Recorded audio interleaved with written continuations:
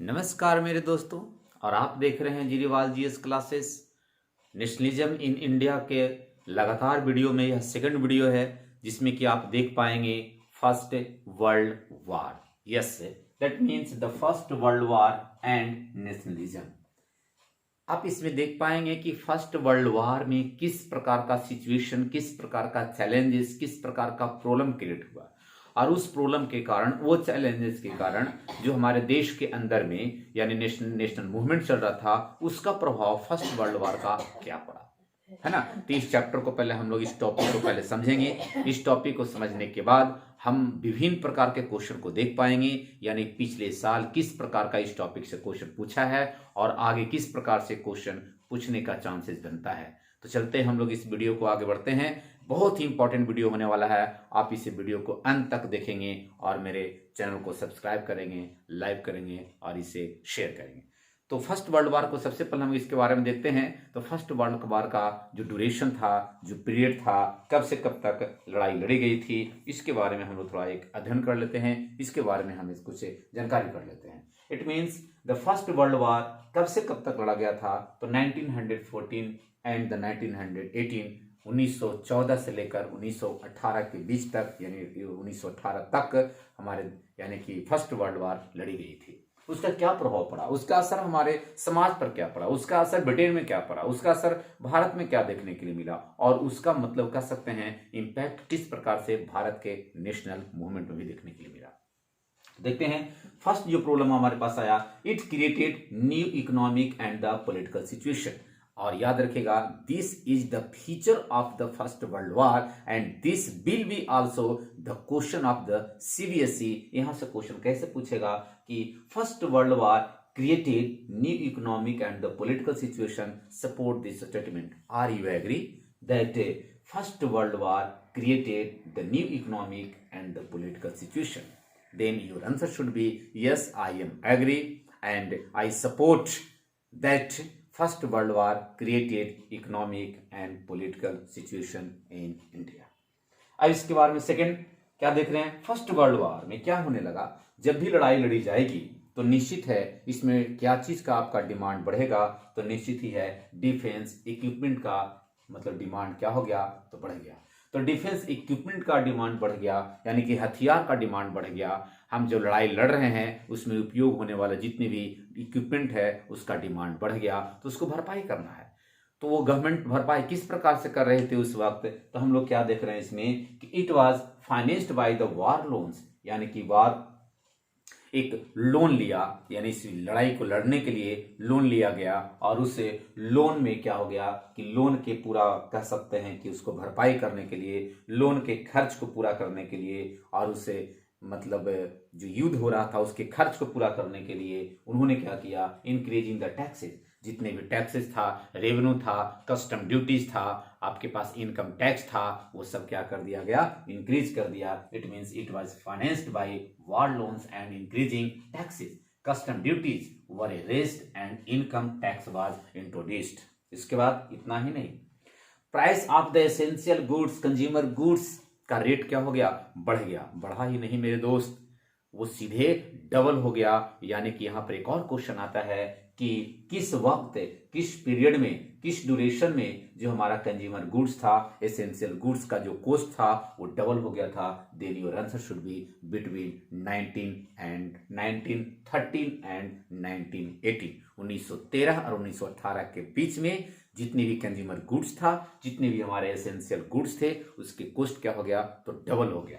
इसके बाद supply of the sweaters लिखता है, जो कि यहाँ पर सोल्जर्स होना चाहिए। Soldiers for the low means war, लड़ाई को लड़ने के लिए सोल्जर्स को डिमांड बढ़ते चला गया और उसके लिए सोल्जर्स में भर्ती करने के लिए, आर्मी में भर्ती करने के लिए, वहां पर सैनिक में भर्ती करने के लिए वहां पर एक लेकर आया फोर्स्ड रिक्वायरमेंट। यानी फोर्स्ड रिक्वायरमेंट का मतलब है कि जबरदस्ती एक नियम और कानून को अलाउ करके हर एक घर से एक एक व्यक्ति को उसमें मतलब आपको आर्मी बनना है, सोल्जर में भर्ती होना है, आपको सैनिक में भर्ती होना है, इस प्रकार के नियम और कानून लेकर आया। And this activities were also in against of the British government. उसना सो दे बिकम द एंगर, जितने भी गांव के लोग थे वो हमारे ये ब्रिटेन के रीति रवैया से क्या थे, तो वो नाराज थे। फिर इसके बाद क्रॉप फेल्यूर, प्रभु जी की माया कहीं धूप कहीं छाया, यानी कि जो हमारा एक तो कृत्रिम मार तो हो ही रहा था, इसके साथ साथ एक प्रकृति का मार भी, नेचर भी हमारे पास एक यानी कि एक अंगेस्ट में आना शुरू हो गए, और जितना भी फसल था वो फसल फेल हो गया, और पूरे हमारे देश के अंदर में शॉर्टेज ऑफ फूड हो गया, भोजन की कमी हो गई। और इसमें भोजन की तो कमी थी ही, इसके साथ साथ ब्रिटेन हमारे देश के अंदर से जितने भी फूड ग्रेन्स थे, जितने भी भोजन था, वो सिर्फ यहाँ ही नहीं या इसके अलावा वो अपना ब्रिटेन भी लेकर जा रहा था, जिसके लेकर के और लोग गुस्सा में हो गया और आक्रोश में आ गया, and food grains towards the Europe, कहाँ भेजना शुरू कर दिया, वो यूरोप में। अब ये जो 3-4 पॉइंट आपने जो देखा, इसी से आपके पास क्वेश्चन आपके पास आता है, इंपॉर्टेंट क्वेश्चन देखेंगे, सबका आंसर एक होगा, लेकिन कम से कम हम आपको 6 से 7 क्वेश्चन बताएंगे फर्स्ट वर्ल्ड वॉर से संबंधित। This is the very important video, you all student listen carefully. और समय बहुत ही अच्छा है कि आप इसकी तैयारी कर सकते हैं, 2 महीना वक्त आपको बढ़ गया है। How had the first world war created new economic situation in India, explain with 3 example। Note कर लीजिए, ये बहुत इंपॉर्टेंट है, या इसमें आपके पास कहेगा कि first world war created new economic situation in India, explain this means statement, support this statement. इसके बाद इसी क्वेश्चन को कहेगा explain the effect of world war on India, explain the effect of world war on India. सबका answer मैं एक बताऊंगा, यानी कि कैसे कैसे क्वेश्चन पूछा गया है और भविष्य में क्या पूछने की मतलब प्रयास कर सकता है board. How did the first world war create a new economic and political situation in India, see this question, यानी कि एकदम आपका जो फर्स्ट पॉइंट था फर्स्ट वर्ल्ड वॉर का, उन हिसाब से ये लिया गया है। Next, explain any 5 major problems faced by the first world war in India, है ना। ये जितने भी क्वेश्चन आपने देखा, एक और क्वेश्चन है, examine the effect of first world war on national movement of India. आप ध्यान से देखेंगे यह क्वेश्चन, इसके पहले वाला क्वेश्चन, जितना भी आपके पास क्वेश्चन था, या what was the impact of first world war on the economic condition in India. आप ध्यान से देखेंगे, स्क्रीन पर आपके पास क्वेश्चन नजर आ रहा होगा, इस क्वेश्चन को आप ध्यान से देखेंगे, और सब जितना भी क्वेश्चन मैंने 6-7 क्वेश्चन फर्स्ट वर्ल्ड वॉर से संबंधित मैंने पढ़ा, ये सब जितना भी है, इस सब का आपका आंसर क्या होगा, एक ही होगा। देखिएगा ध्यान से, the first world war created a new economic and the political situation. First world war है जो new economic and the political situation को चेंज किया। फर्स्ट क्या किया, it led to huge increase in defense expenditure which was financed by the war loans and increased the taxes, है ना। आपने देखा सबसे पहले कि आपने डिफेंस एक्सपेंडिचर को बढ़ाया, जिसके लेकर के उन्हें एक लोन लेना पड़ा, और लोन को पूरा भरपाई करने के लिए उन्होंने क्या किया, टैक्स को क्या कर दिया, बढ़ा दिया। Villagers were also asked to supply the soldiers and through the force requirement in the rural areas, ये भी हमारा एक प्रभाव पड़ा, इसका भी असर हमें देखने के लिए मिला।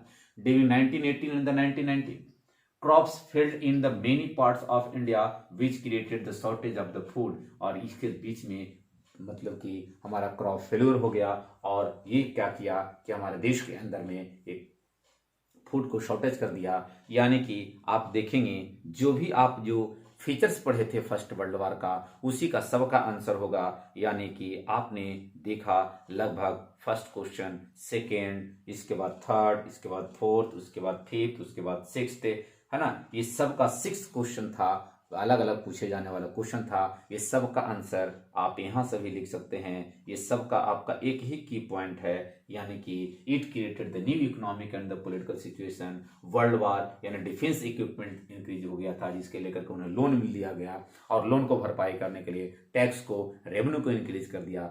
शायद मैं उम्मीद करता हूँ कि आप इस वीडियो को अच्छे तरीका से समझ गए होंगे, इस टॉपिक को अच्छे तरीके से समझ गए होंगे, और मैं उम्मीद करता हूँ, विश्वास करता हूँ, मैं आशा करता हूँ कि आप इस वीडियो को लगातार देखेंगे और मेरे चैनल को सब्सक्राइब करेंगे।